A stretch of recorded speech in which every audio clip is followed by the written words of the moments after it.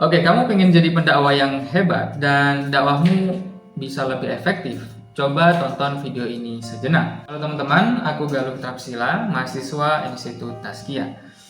Di tengah banyak dai yang bermunculan saat ini, tentu menjadi kabar gembira bagi kita semua. Kenapa? Ya, karena itu tandanya sudah banyak orang yang sadar, sudah banyak orang yang aware dengan Islam.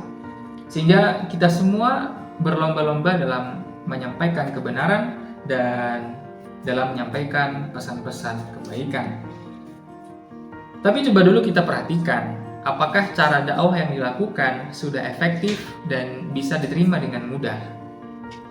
Yuk, coba kita analisa dari sisi psikologi komunikasi. Bagi seorang pendakwah, di samping tentunya harus memiliki pemahaman yang baik tentang agama, maka penting juga untuk memperhatikan komunikasi efektif dalam berdakwah. Kita akan bahas apa-apa saja faktor yang menyebabkan komunikasi dalam berdakwah semakin efektif. Yang pertama, penerimaan pesan. Bagaimana pendakwah perlu menyampaikan pesan yang tepat dan mudah dipahami oleh para jamaah. Maka untuk itu, pendakwah harus paham siapa audiensnya, seperti apa latar belakangnya, bagaimana pemahamannya terhadap agama, dan bagaimana kesiapan mereka dalam menerima pesan tentang bermuamalah secara Islam dengan baik dan benar. Misalnya, tentang transaksi yang halal, pentingnya kejujuran, bagaimana kita harus berintegritas dalam hubungan sosial. Maka semua itu perlu disesuaikan dengan kondisi para jamaah agar pesan yang disampaikan bisa diterima dengan baik.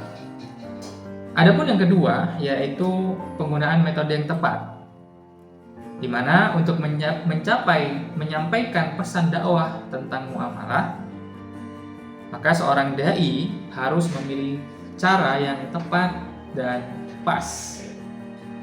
Seperti misalkan dalam ceramah dibuka sesi diskusi yang interaktif, kemudian memberikan contoh-contoh yang real dan nyata, kemudian juga bisa menggunakan metode motivasi, sehingga pendakwah harus bisa memilih pendekatan apa yang sesuai dengan audiensnya. Mengingat jamaah yang hadir itu bisa saja berbagai usia, dari berbagai latar belakang pendidikan, dari kemudian tingkat pemahaman yang berbeda, sehingga cara yang dipilih harus mudah dipahami dan juga menarik perhatian.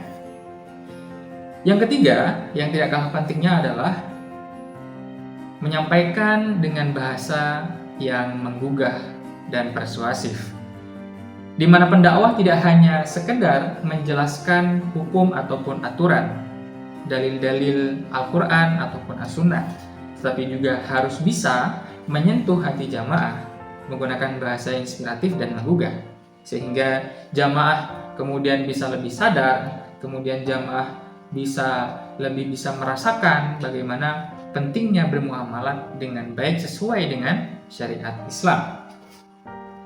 Nah, kalaupun pesan disampaikan dengan cara yang memotivasi, maka jamaah akan lebih mudah untuk mengaplikasikannya dalam kehidupan sehari-hari. Yang keempat, yang tidak kalah pentingnya juga adalah bagaimana pesan komunikasi dapat merubah perilaku jamaah.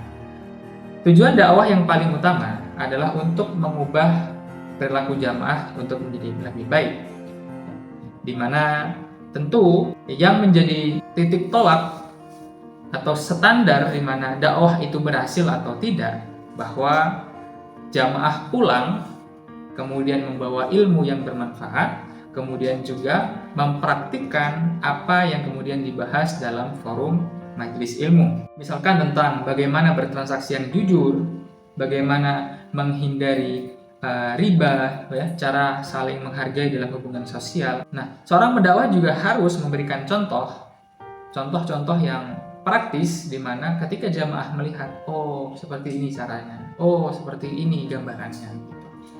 Nah, maka dengan cara ini jamaah akan lebih mudah memahami bagaimana mereka bisa memperbaiki kemudian kebiasaan buruk dan menggantinya dengan kebiasaan yang lebih baik sesuai dengan ajaran Islam tentunya. Dengan pendekatan yang santai, kemudian mudah dimengerti dan relevan dengan kehidupan sehari-hari, maka pesan dakwah bisa lebih mudah diterima dan diimplementasikan oleh para jamaah dalam kehidupan sehari-hari. Ini saja tipsnya untuk hari ini. Terima kasih. Assalamualaikum warahmatullahi wabarakatuh.